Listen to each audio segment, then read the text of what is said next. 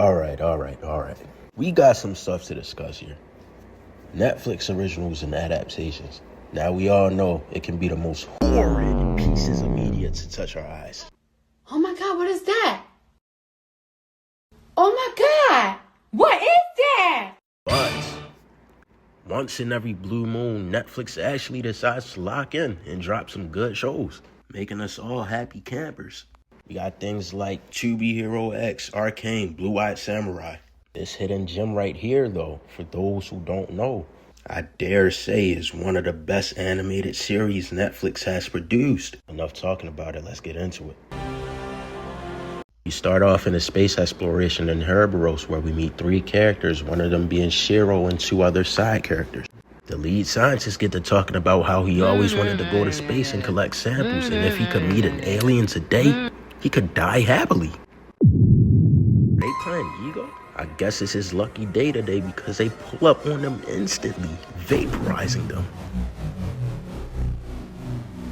I don't know why they ran when they had a buggy the whole time. We have a short 1-year time skip where we meet 3 other MCs, Lance, Hunk, and Pidge. They're taking this virtual simulation test to become space explorers and they fail miserably. Their captain pulls them out and tells them how trash they are in front of the whole class and telling them how they'll never become one of his elite employees. I don't think they care too much though. Lance, Pidge, and Hunk sneak out later that night. She showed them one of her devices she can use to tap into alien party chats. It tells them how they're only repeating one word, Voltron, and that a piece of it is on Earth and they're coming to get it tonight. And these aliens waste no time because we see Hunk point out a ship about to crash land. The Academy quickly restrict the area of the crash landing. Pidge find a way to tap into the camera feed and we find out, what? Are my eyes mistaking me? What? Yes, Shiro is alive. Oh, hell no! Saw him get eviscerated though. That's impossible. Anyways, he started talking, telling them, I'm here to tell you, these aliens, they're straight demons. And they're coming to Earth tonight for Voltron. They have more money, more cars, more switches. Whatever y'all have, they have more of it. They see y'all as little homies. Cosplayers who do this simply for the fashion. They're not worried about a word he's saying though. They're more worried about that clinker arm he got, if it's dangerous or not. So they decide to put him under. Meanwhile, an explosion happens outside and it turns out it's a distraction for our 5th MC, Keith. And he's on nothing but bad timing right now. Posting up and off screen in 1, no 2, no 3 of the guards. No. Pimp slapping the last one. Finishing the mission by freeing Shiro. Anyways, they decide to get out of there because the guards noticed that the explosion was a distraction. It's too late to go unnoticed, so they have to get them off their tail. They can't hang with Keith though because he jumped off the canyon, making a smooth escape.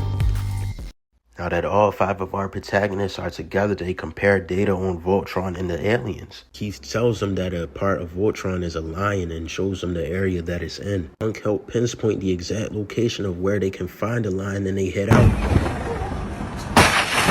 They enter a cave and I guess Lance activates the trap because they fall into a secret cavern leading to the lion. They find a blue lion and Lance tells them that it's looking at him some type of way.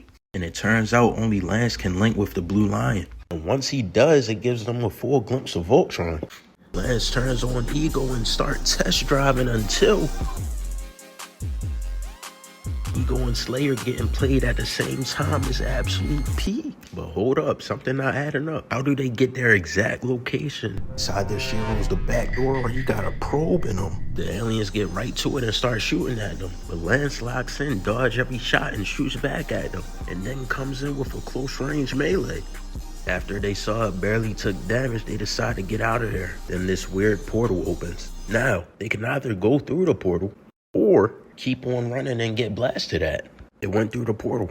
It takes them to an unknown planet where they find a castle. In the castle, they find a control room where they see 2 cryopods with people in it. First, we see a slim queso, and then we see, oh my God, an elite bar of chocolate. And she immediately hits Lance with her most powerful attack, them eyes. Yes, me and you are both folding. But his breath was low-key kicking, so he fumbled it. With her situational awareness up, she asks them, who are y'all and why are y'all even here? Lance tells her that a blue lion took them through this random portal when they ended up here. She then goes over to the control panel, finds out they've been out for 10,000 years. I don't mind at all, I like them older anyway. We then see a flashback and find out the big bad's name is Zarkon and he's the one looking for Voltron. And he'll destroy any planet to get it. Turns out Allura is Superman because her dad put her to sleep and put her in a cryopod and shipped her away. But she got Karan with her. Oh yeah, we found out that their names are Princess Allura and Karan. Meanwhile, with Zarkon, his witch finds their location again. She reports the location of Zarkon and also tells him that Allura is alive. He immediately sends one of his goons to go get them and finish the job. An enemy ship popped up on her UAV and they get a call. Yeah, we know where you at now. Don't try and run neither. We coming for that blue line. If you try and run, we blowing your planet up. And Allura, you lucky we didn't get you with your father. Bro left them all shook. They found out he wasn't lying either because they got a big switch on their ship. With the enemy on the way, they prioritize getting all 5 lions. Allura tells them that she's linked to the lions and can find them all. She also tells them that each lion has a personality that you must match. The black lion takes a strong natural born leader, so she assigns it to Shiro. The green lion is the brain, so she gives the assignment to Pidge. The blue lion takes the most charismatic person on the team. The yellow lion is the tank, so she gave it to the big man Hunk. She tells Keith that the red lion is a tsundere, assigning it to him. Also, she can't find a location. Once they get all 5, they can form Voltron. They head out to go get the lions immediately. Karan tells the team that the portals can only be open for 2 hours. But the planets they're going on is peaceful, so if they get stuck, they're good. He lied. Lance and Hunk is in a war zone getting shot at with missiles. They speed things up and find where the lion is, and Lance drops Hunk off while giving him cover. I wonder how Shiro and Pidge are doing right now. Bro, this some bull. Ref, this isn't fair. Do something. They have no trouble finding the temple of the Green Lion or connecting with it. Back with Lance, he gets pinned down by all of the Galra. Oh yeah, I don't think I told y'all the alien race name is the Galra. The Galra. Yeah. It's low-key over for Lance though. They launched 2 missiles at him. But Hunk comes in and saves the day, tanking the blow. With the yellow line in their hands, they decide to get out of there. With the blue, green, and yellow line in their hands, they all return back to base, almost completing the mission. Little tangent. Not really. I forgot to tell y'all that the black line is in the castle, but they can't unlock it unless they have all 4 lions.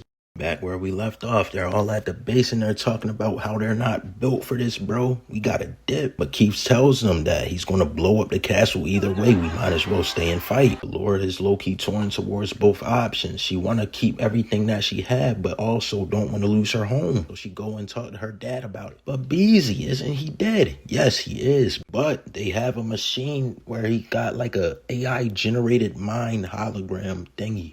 Stay with me. I know it's hard. Think of it like the Anubis from Assassin's Creed. Yo, let me know if y'all want me to cover that. She goes down and tells her father exactly what's going on and how the team feels. He tells her that he's so sorry because his team sounds buns, but tell them to lock in. They're one up on you right now. I'm dead. You're talking to a hologram. She comes back and tell the team that we're staying because y'all gotta slide for my dad. So everybody get their new suits with their Bayards. Think of a Bayard as an Imperial arm. Yo, let me know if y'all want to see Akame got killed. Back to the program though. Shiro don't have a Bayard because it was lost with his last paladin, so he gotta deal with his clanker arm. Back in the control room, good news, Allura knows the location of the Red Lion.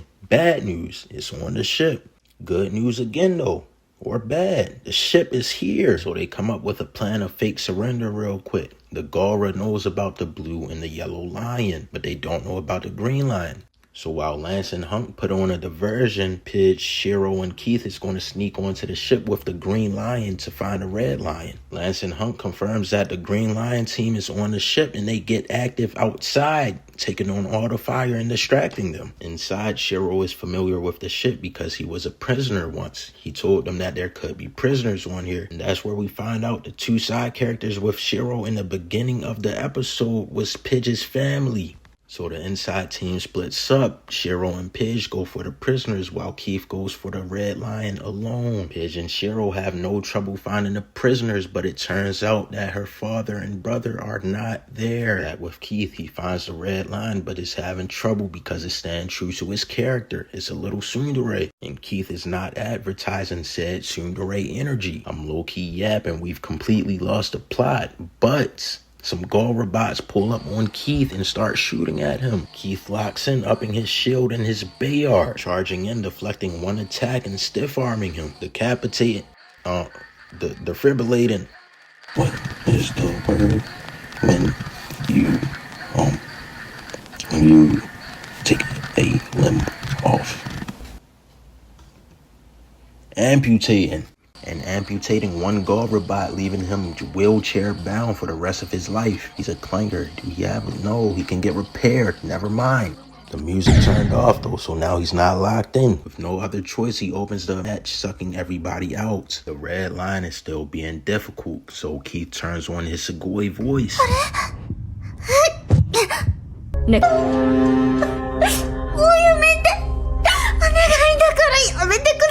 The energy was good enough, so the Red Line accepted his application and bonded with him. Back with Pidge and Shiro, they got the prisoners to the escape pods, but some more Gaul robots find them. And here's when Shiro's clanker arm awakens, and he locks in, paying homage to Voltron, getting the signature Voltronite hand gesture. Dashing in, blocking one shot, spin kicking a Gaul robot, moving on to the next, slashing his chest open, hitting a collateral, slashing two more chest open.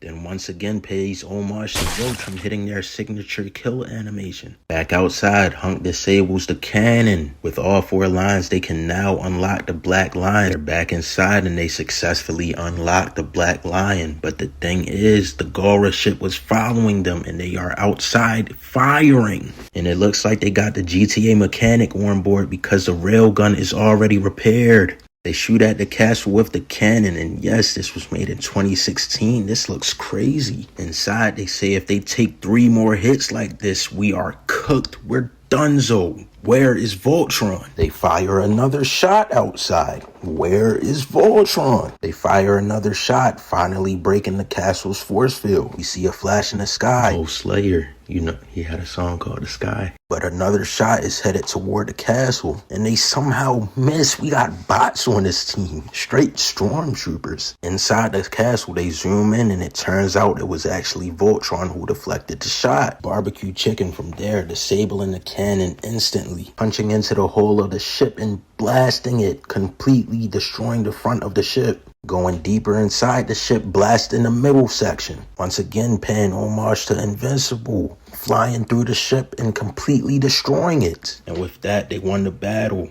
Before we leave, though, a quick aura analysis by Piccolo.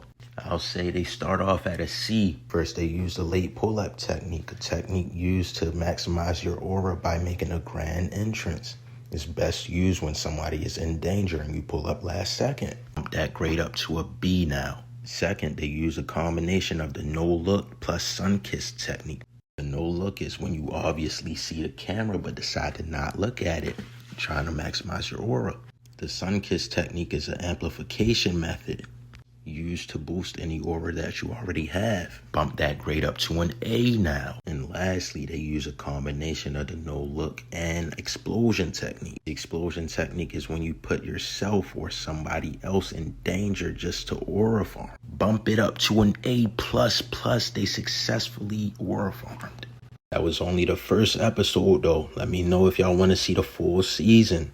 Unfortunately, the video is ending. Yes. So chill. I know y'all miss me. I gotta leave though. I'm gonna post on a bi-weekly calendar. Let me know what y'all want to see next. I'll see y'all next time.